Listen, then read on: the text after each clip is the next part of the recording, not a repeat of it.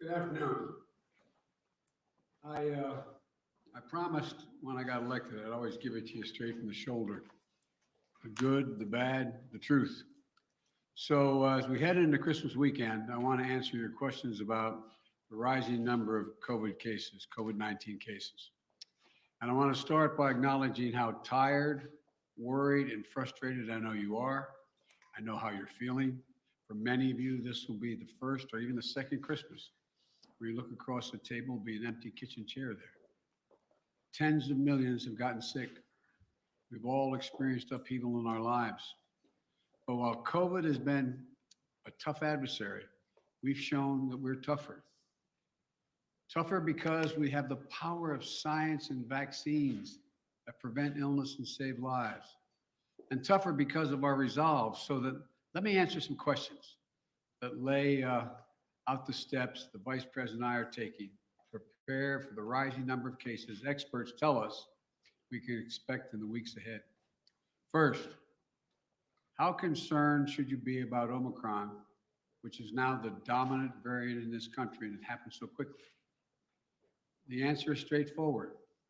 If you're not fully vaccinated, you have good reason to be concerned. You're at a high risk of getting sick. And if you get sick, you're likely to spread it to others, including friends and family. The unvaccinated have a significantly higher risk of ending up in a hospital or even dying. Almost everyone who has died from COVID-19 in the past many months has been unvaccinated. Unvaccinated. But if you're among the majority of Americans who are fully vaccinated, and especially if you've gotten the booster shot, that third shot, you have much less reason to worry. You have a high degree of protection against severe illness. Because Omicron spreads so easily, we'll see some fully vaccinated people get COVID, potentially in large numbers. There'll be positive cases in every office, even here in the White House among the vaccinated from Omicron. But these cases are highly unlikely to lead to serious illness. Vaccinated people who get COVID may get ill, but they're protected from severe illness and death. That's why you should still remain vigilant. According to our doctors, even if you're fully vaccinated, you should wear a mask when indoors and in public settings. Wearing a mask provides extra protection for you and those around you. And I know some Americans are wondering if you can safely celebrate the holidays with your family and friends. The answer is yes, you can. If you and those you celebrate with are vaccinated, particularly if you've gotten your booster shot. If you are vaccinated and follow the precautions that we all know well, you should feel comfortable celebrating Christmas and the holidays as you planned it. You know, you've done the right thing. You can enjoy the holiday season. And thanks to the progress on vaccinations this fall, we've gone from nearly 90 million adults in July who have not even started their vaccination process to fewer than 40 million today. Still too many, but down from 90 to 40. All these people who have not been vaccinated, you have an obligation to yourselves, to your families, and quite frankly, I know I'll get criticized for this, to your country. Get vaccinated now. It's free. It's convenient. I promise you, it saves lives. And I honest to God believe it's your patriotic duty. Another question folks are asking is, what can you do to make yourself and your family feel safer and be safer? The answer is simple. Get your booster shot. Wear a mask. Our doctors have made it clear. Booster shots provide the strongest of protections. Unfortunately, we still have tens of millions of people who are eligible for the booster shot but have not yet gotten it. They've gotten the first two shots, but have not gotten the booster. Folks, the booster shots are free and widely available. Over 60 million Americans, including 62% of eligible seniors, our most vulnerable group, have gotten their booster shots. I got my booster shot as soon as they were available. And just the other day, former President Trump announced he had gotten his booster shot. Maybe one of the few things he and I agree on. People with booster shots are highly protected. Join them, join us. It's been 6 months or more since my second shot. If it's been 6 months or more for your second shot, when I got my booster, you can get yours today. If you've been 6 months or more since your second shot. Another question that folks are asking is, are we going back to March 2020? Not this last March 2021, but March 2020, when the pandemic first hit. That's what I keep getting asked. The answer is absolutely no. No. There are three big differences between then and now. First one, more than 200 million Americans have been fully vaccinated. In March 2020, no one was fully vaccinated. What that means is today, a case of COVID-19 for fully vaccinated and boosted person will most likely mean no symptoms or mild ones similar to the common respiratory viruses. Over 200 million Americans should have the peace of mind that they did not have in March of 2020. They're protected from hospitalization, and they're protected from death. Second point, we're prepared today for what's coming. In March of 2020, we were not ready. Today, we stockpiled enough gowns, masks, and ventilators to deal with the surge of hospitalizations among the unvaccinated. Today, we're ready. And as I'll explain in a few minutes, we're going to be reinforcing our hospitals, helping them. Number three, we know a lot more today than we did back in March of 2020. For example, last year, we thought the only way to keep your children safe was to close our schools. Today, we know more and we have more resources to keep those schools open. You can get 5 to 11-year-olds vaccinated, a tool we didn't have until last month. Today, we don't have to shut down schools because of the case of COVID-19. Now, if a student tests positive, other students can take the test and stay in the classroom if they're not infected, rather than closing the whole school or having to quarantine. We can keep our K through 12 schools open. That's exactly what we should be doing. So folks, let me summarize. We should all be concerned about Omicron, but not panicked. If you're fully vaccinated, and especially if you got your booster shot, you are highly protected. And if you're unvaccinated, you're at a higher risk of getting severely ill from COVID-19, getting hospitalized, and even dying.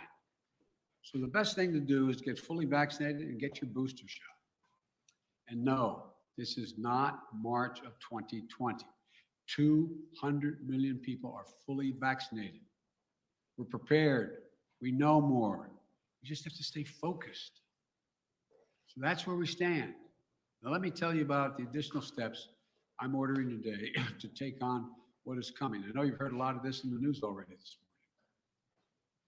morning. 3 weeks ago, I laid out a COVID-19 action plan for this winter that prepared us for this moment.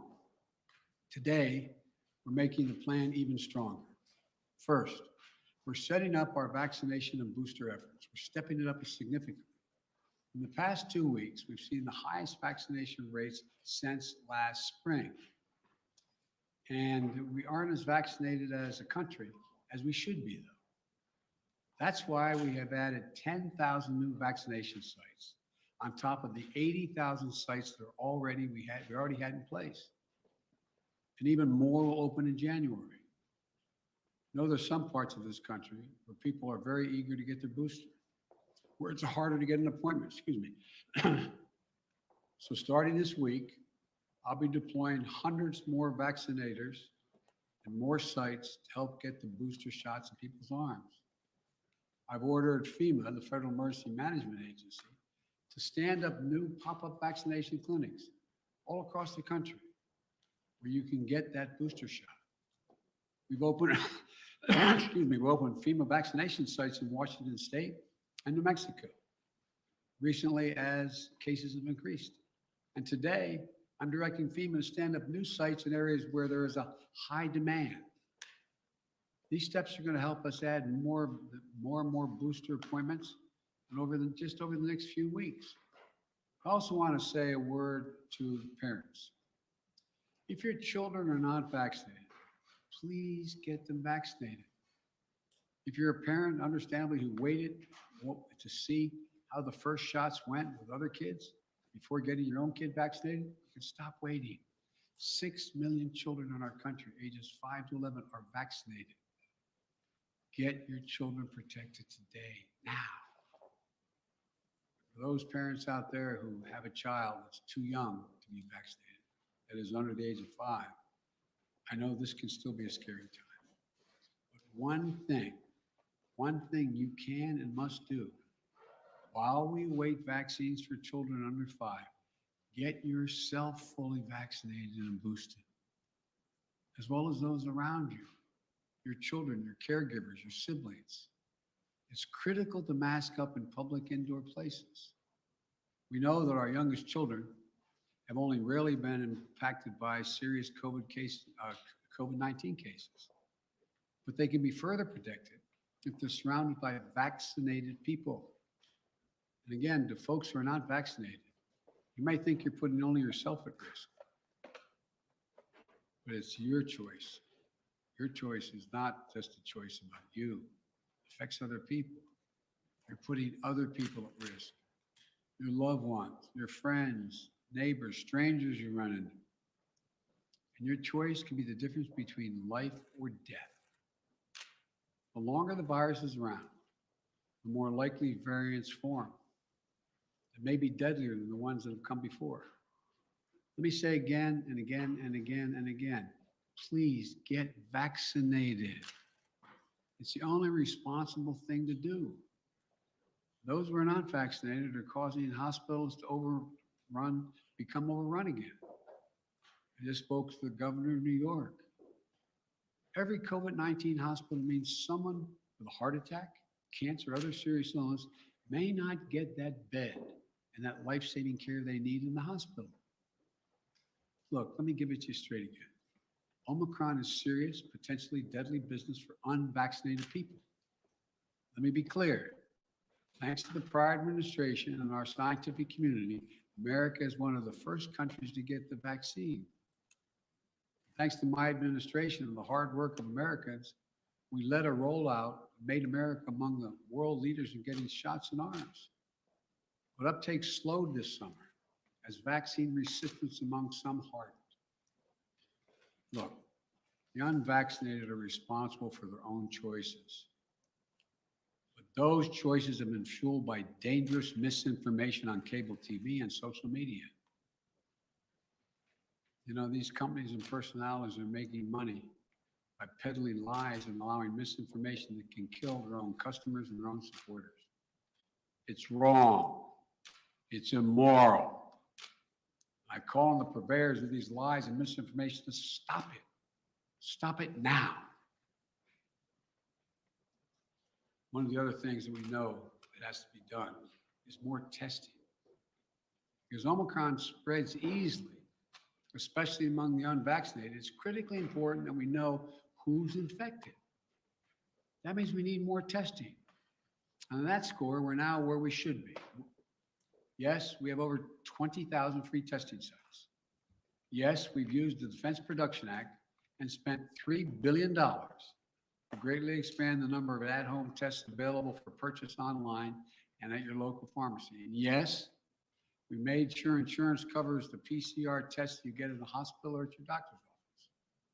But starting next month, private insurance will also cover at-home testing. So you can order a test online and get reimbursed. We're providing access to free at-home tests for those who may have insurance as well, may not have insurance, I should say, as well. But it's not enough. We have to do more. We have to do better, and we will. Starting this week, the federal government will set up emergency testing sites in areas that need additional testing capacity. Before Christmas, the first several of these federal testing sites will be up and running in New York City, with many more to come. This free testing is going to help reduce the waiting lines, the time you have to stand there, and sometimes it's an hour or more. We're going to continue to add federal testing sites where needed, so that if you want an immediate test, there'll be a place where you can go get it.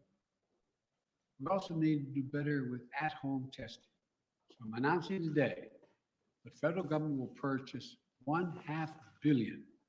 that's not million, billion with a B, additional at-home rapid tests with delivery starting in January.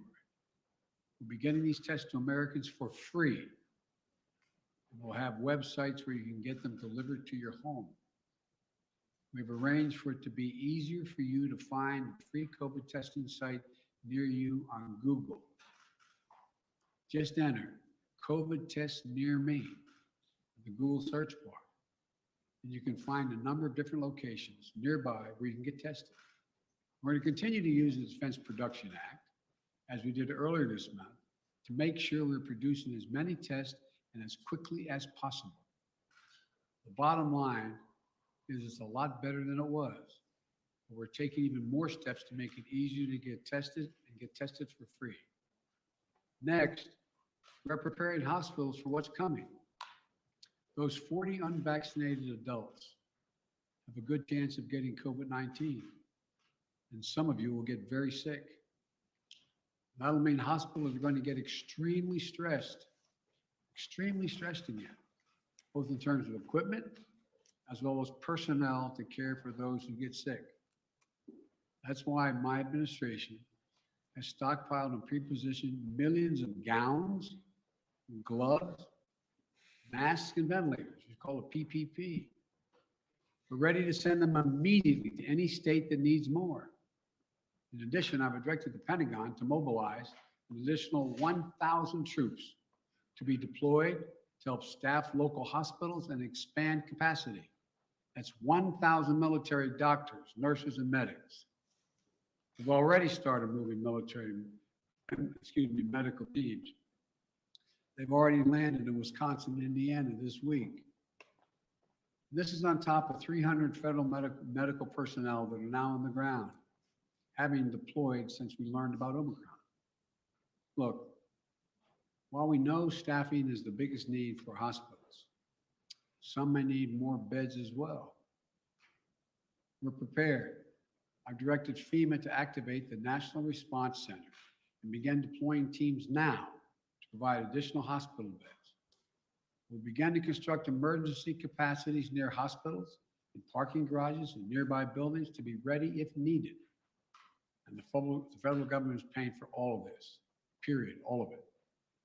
Further, FEMA will deploy hundreds of ambulances and EMS crews so that if one hospital fills up, we can transport patients to beds elsewhere. This week, we'll send dozens of ambulances to New York and Maine because the COVID is spreading very rapidly to help transport patients. Our doctors, nurses, hospital staffs have gone above and beyond during this pandemic. The strain and stress is real. I really mean it. It's real. And we'll have their backs, though. We have to let them know we have their backs. Finally, we're making sure that COVID-19 no longer closes businesses or schools. Last week, the federal court reinstated my administration's vaccination or test. The vaccination or test rule for businesses with more than 100 employees.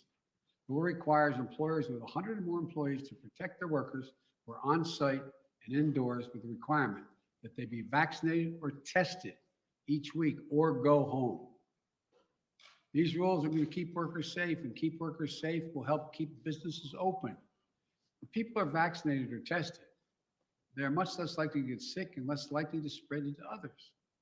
Customers are more likely to come in and shop because they know it's a safe environment.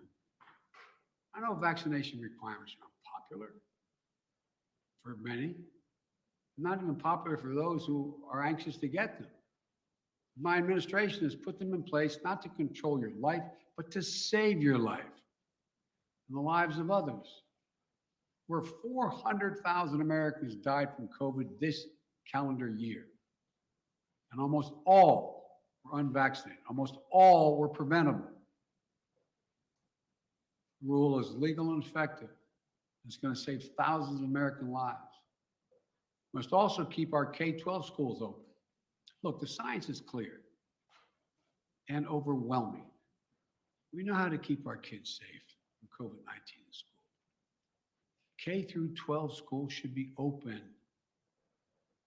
And that safety is increased if schools require all adults who work in the schools to get vaccinated and take the safety measure that the CDC is recommending, including masking.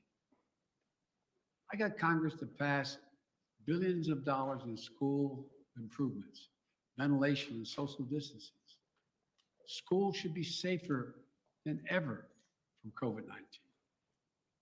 And just Friday, the CDC issued a test to stay guidelines.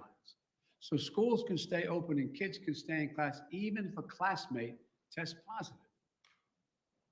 COVID-19 is scary, but the science is clear. Children are safe as safe in school as they are any place, assuming the appropriate precautions have been taken and they've already been funded. Let me close with this. I know you're tired. I really mean this, and I know you're frustrated. We all want this to be over, but we're still in it. And this is a critical moment. We also have more tools than we ever had before. We're ready. We'll get through this. As we head into the holidays, I want us to all keep the faith. I want to sincerely thank you for your perseverance, your courage, your countless acts of kindness, love, and sacrifice during these last 2 years.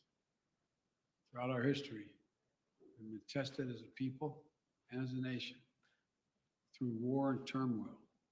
We had to ask whether we'd be safe, whether we'd be okay, whether we'd get back to who we are. We've always endured because remember, there's no challenge too big for America. I mean this from the bottom of my heart, no challenge. We've come through better and stronger because we stay together as the United States of America. That's what we have to keep doing today. We can do this together. I guarantee you. May God bless you all. And may God protect our troops. And happy holidays. God love you all. Thank you. Mr. President, on testing, sir, you said we have to do better, but public health officials have been saying for months you need to surge rapid tests for just this moment. Is it a failure that you don't have an adequate amount of tests for everyone to be able to get one if they need one right now? No, it's not, because COVID is spreading so rapidly. If you notice, it just happened almost overnight, just in the last month. What's your message? Mr. So, no, it's not a fit. But the alarm bell went off. I don't think anybody anticipated that this was going to be as rapidly spreading as it did. And so the question is, we had a lot of people who have access to tests, who could order them, could have their insurance pay for them, et cetera. But it also, and all of a sudden, it was like everybody rushed to the counter. It was a big, big rush.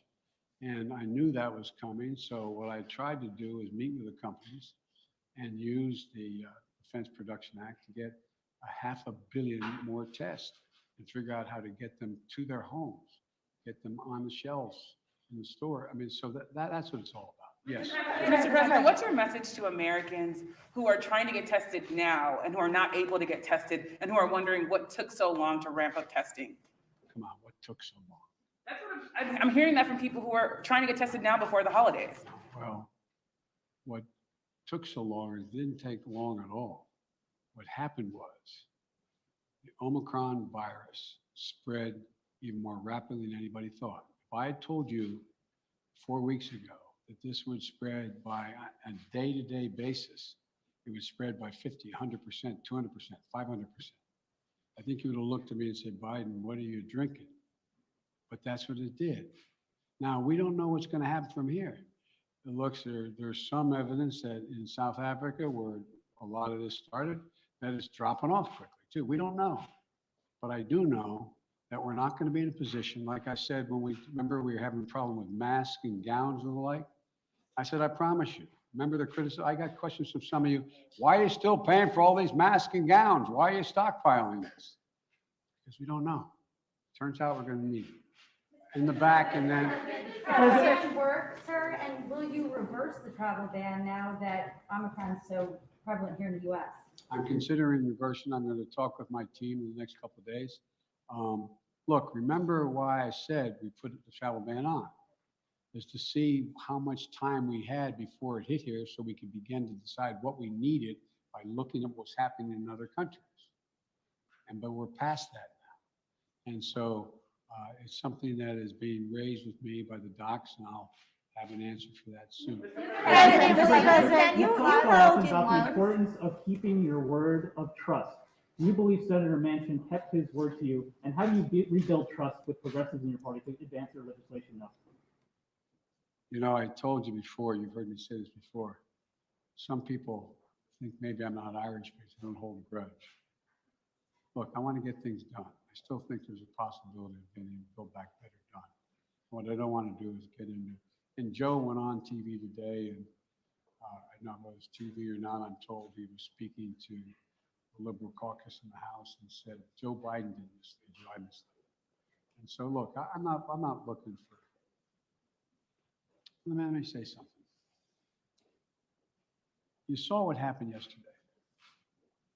All the talk about how my Build Back Better plan was going to increase inflation, going to cause these debts and all the like. What happened? Goldman Sachs and others said, if we don't pass Build Back Better, we're in trouble because it's going to grow the economy. Without it, we're not going to grow. And what happened? Stock prices went way down. It took a real dip. If you take a look, everybody thinks because I quoted 17 Nobel laureates saying this is going to help inflation. Think about it in terms of you're a hardworking person and you're making 60 grand if you're alone, or your mom or just on her own, or if you're making 80 grand, mom and dad 90 grand like a lot of people do, and you're worried about inflation, you should be worried about it because it's a devastating thing for people who are working class and middle class folks. It really hurts. Where is most of the cost now? The cost is finding in gasoline, even though I was able to bring it down 12 cents a gallon, will come down more, I believe. We talked about what the cost in food prices going up, et cetera. But look what's in Build Back Better. Childcare, you can reduce it by up to 70%. That'll be the difference between 20 million women who go on back in the workforce being able to go back if you pass it. We're talking about healthcare, insulin. In a situation, we got 200,000 kids with type 1 diabetes. You know what it's costing? It cost somewhere between 10 cents and $10 to come up with a formula, okay? A while ago, right? You know what it's costing on average? $560, $640 a month, up to $1,000 a month. What do you do if you're a mom and a dad working with minimum wage, busting your neck? You look at your kid, and you know if you don't get that vaccine for him, if you don't get that drug for him, if you don't get be able to take that, what happens? They're likely to go in a coma, maybe die. Not only do you put the kid's life at stake, you strip away all the dignity of a parent looking at their child. I'm not joking about this. Imagine being a parent, looking at a child, and you can't afford. You have no house to borrow against. You have no savings. It's wrong. But all the things in that bill are going to reduce prices and cost for middle class and working class people. It's going to reduce their cost. What's inflation? Having to pay more than the money you have because things have gone up. Well, bring down all those costs across the board, from childcare to a childcare tax credit. But I'm not supposed to be having this press conference. Mr.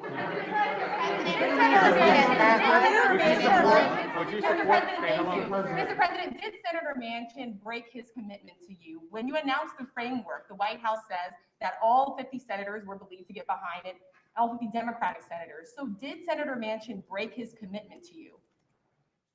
Senator Manchin and I are going to get something done. Thank you. Sir, do you still have the card with the debt? Ukraine, sir.